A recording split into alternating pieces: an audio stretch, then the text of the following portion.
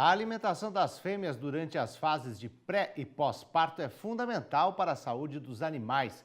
Fêmeas bem alimentadas podem render muito mais leitões no futuro. Mas quanto dar de ração a elas? Fêmeas mais velhas comem a mesma quantidade das mais novas. Os detalhes agora na capacitação em suinocultura.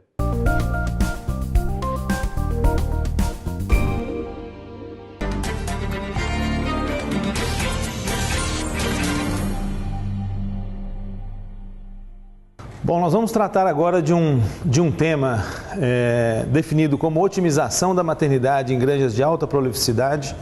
Esse é um capítulo à parte na suinocultura atual, principalmente nos últimos 5, 6, 7 anos, onde se tornou extremamente importante considerar o setor de maternidade de forma especial nas granjas de suínos, à medida que a suinocultura evolui para um conceito de prolificidade bastante diferente do que nós tínhamos há 10, 15 ou 20 anos atrás. Bom, dito algumas questões de manejos que são particulares, nós vamos fazer alguns lembretes importantes que não podem ser deixados de lado antes de nós concluirmos. Um deles, que assim como nós comentamos no início dessa aula, que a parte prévia à lactação, a formação do aparelho mamário, o peso ao nascer, a quantidade de leitões e a vitalidade desses leitões é um pré-requisito para a otimização da maternidade, nós também temos que comentar alguns detalhes que não são exatamente manejos de leitão, mas que são fundamentais para se otimizar uma maternidade hiperprolífica. E um que merece mais destaque é arraçoamento, protocolo de fornecimento de alimentação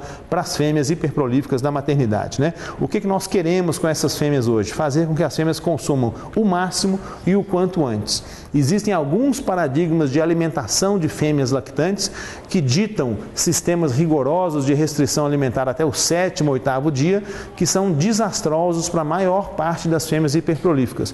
Essas fêmeas têm picos de lactação diferentes das fêmeas de 20 anos atrás, não condizem com o sistema de alimentação de 20 anos atrás e nós queremos efetivamente maximizar a partir do 3º, 4º dia o consumo individual dessas fêmeas. O receio que existia com o sistema de alimentação seca, automatizada, nas fêmeas de 20 anos atrás não existe mais com essas fêmeas. Os processos de automação simples da alimentação, que são bastante econômicos hoje para a implementação prática numa granja, são altamente viáveis. Essas fêmeas não precisam mais daquele manejo tradicional de 3 tratos molhados por dia, elas podem ser alimentadas em processos diferentes. A suinocultura ainda está um pouco presa a algumas regras do passado em relação a manejo de arraçoamento e nós precisamos abrir uma janela de oportunidades nisso, e protocolo de arraçoamento na maternidade é algo que é obrigatoriamente importante de ser discutido antes de implementar um processo de otimização. Nós não vamos conseguir nada em termos de manejo de mãe de leite, manejo de transferência, manejo de sobrevivência dos leitões nos primeiros 3, 4, 5 dias, se nós não ajudarmos essas fêmeas de duas formas: no potencial do aparelho mamário dela que vem na gestação e no potencial de peso dos leitões e qualidade dos leitões que vem na gestação e, obviamente, na condição de manter aquele potencial de produzir leite efetivamente durante a lactação seguinte. E, por último, a gestão de equipes, porque a maternidade, por mais automação que exista, por mais equipamentos que nós tenhamos disponíveis para processamento de leitão, para desinfecção, o que for, a maternidade tem alguns pontos dela, e principalmente uma maternidade hiperprolífica, que são altamente exigentes em termos de atenção da mão de obra, em termos de motivação, em termos de união dessas equipes, em termos de treinamento dessas equipes, em termos de reconhecimento dessas equipes. Então é um segmento que precisa ser muito bem trabalhado do ponto de vista de mão de obra, né?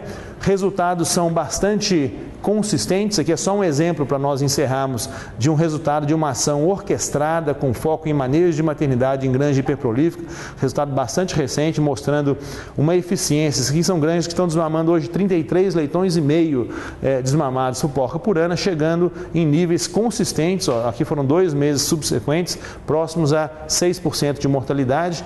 Tem granjas chegando a índices bem melhores do que esses até, mas mostrando que uma ação orquestrada, uma equipe muito bem alinhada, esse é um trabalho feito de forma bastante coordenada, utilizando todas essas ferramentas que nós estamos comentando de uma forma organizada, com a equipe ciente daquilo e trabalhando em prol daquilo. Os resultados em termos de mortalidade e qualidade do leitão desmamado sempre, invariavelmente, acontecem. Quais são algumas considerações finais que nós podemos fazer sobre esse assunto? Certamente teremos menores taxas de ganho para as características de desempenho reprodutivo no futuro próximo. Quando nós estamos chegando próximo a 35 desmamados fêmea-ano, é invariável nós fazermos essa pergunta e, obviamente, as taxas ou a velocidade de ganho genético para essas características serão menores, né? Mas ainda existem muitas ferramentas de manejo, seleção e tecnologias diversas que permitem explorar com muito mais eficiência esses limites biológicos que nós já temos hoje.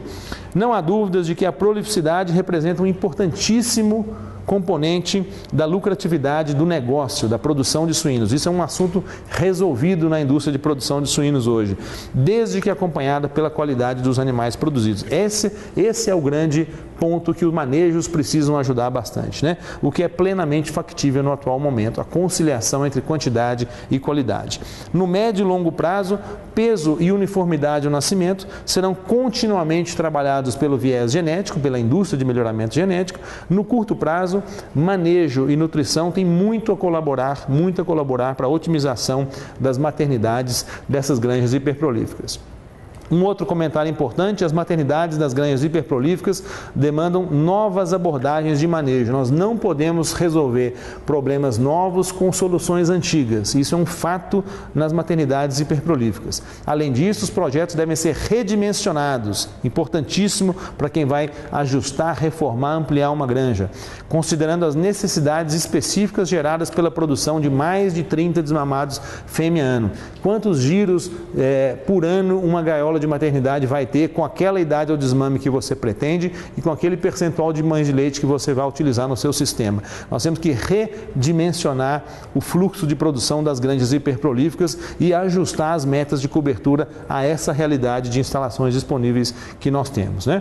O foco total deve ser na gestão da equipe e na garantia das rotinas básicas, pois a margem de erro nessas granjas é muito menor. Essa é uma das mensagens mais importantes quando se fala em otimização de granja hiperprolífica.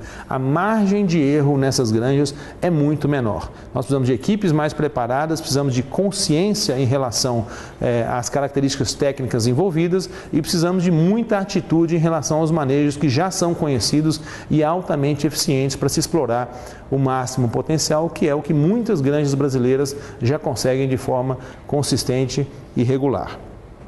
O assunto encerra aqui, a mensagem que nós tínhamos para passar é essa, em relação a como otimizar e algumas ferramentas práticas para otimizar a gestão desse setor de uma granja hiperprolífica, que é um setor onde a pressão de manejo é muito grande e basicamente nós tratamos aqui das principais variáveis, das principais oportunidades que nós temos. Eu agradeço a atenção e nós nos vemos numa próxima oportunidade.